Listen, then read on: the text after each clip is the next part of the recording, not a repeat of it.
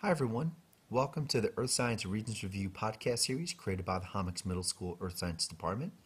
Today we're going to be talking about Kepler's first law, and specifically ellipses, and we're going to touch base at the very end about Kepler's third law as well. So what's an ellipse? It's a question you're probably asking yourself. It's a rounded shape, and a lot of times those rounded shapes are going to vary in the roundness or the flatness of those shapes. So you can see here that you're going to go basically from a perfect circle to a completely flat line and a bunch of shapes in between.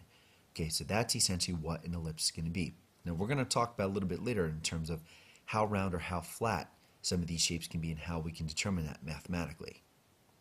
Okay, well, it basically comes down to Johannes Kepler, his first law, which basically states that all the planets that revolve around the sun, they're going to make a trip, they're going to make an orbit around the sun, are going to take a somewhat of a elongated path around the sun, not a perfect circle.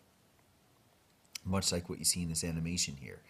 Okay, all of those orbits by Mercury, Venus, Earth, and Mars, okay, are somewhat oval shaped. They're not going to be perfect circles.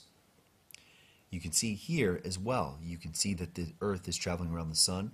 Notice that the sun's not directly in the center of Earth's orbit. It's kind of moved in this perspective to the right hand side of the orbit. You notice that it's not a perfect circle, it's what we call an ellipse. So we determine how round or how flat an orbit is based upon eccentricity. So that's basically, it's a measure of how round or how flat, or you could basically say how oval an ellipse is going to be.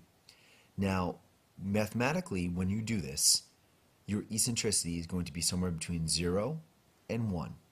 You're always going to go to 3 decimal places after the decimal. If you have an eccentricity greater than 1, you divided incorrectly. Okay, and there's not going to be any units. Your units automatically cancel out. Okay, so a perfect circle is going to have an eccentricity of 0. Okay, completely straight line is going to have an eccentricity of 1. All right, so on page 1 in your reference table, you have your formula. Distance between the foci divided by the length of the major axis. Okay, so you can see you're right here. That's where your equation is going to be, right on the front page of your reference table. That should be familiar because we've already dealt with the density. So here's what we're going to do. Your sun is always going to be one of your focal points. Okay, the second focal point is going to be some spot within that orbit. So what you're going to do is you're going to measure the distance between those two dots.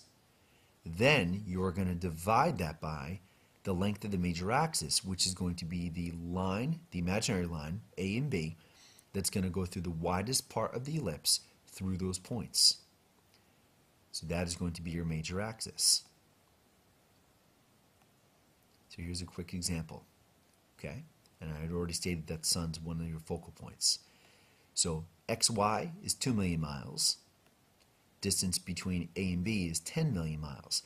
So XY are your two focal points. That's your distance between the foci divided by the length of the major axis. Major axis is A to B. So your 2 million miles divided by 10 million miles will turn out to be an eccentricity of 0.200. Notice go to 3 decimal places after the decimal point, the thousandths place, and there's no units.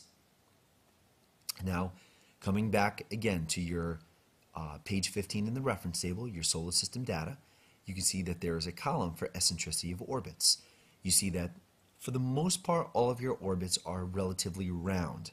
Most of your numbers are close to 0. When you start comparing them to each other, you can figure out which one is more elliptical, which one is less elliptical, which one's more eccentric, which one is less eccentric. So out of our planets, the least elliptical with the lowest eccentricity is Venus, okay, which is the roundest orbit. Mercury has the most elliptical orbit. Okay, it's going to have the highest eccentricity at 0.206, which means it's going to have the most flattened orbit out of any planet in the solar system. So Kepler's third law, okay, states that when a planet is close to the sun, it's going to move faster. When it's farther away from the sun, it's going to move a little bit slower. And it all is caused by gravity.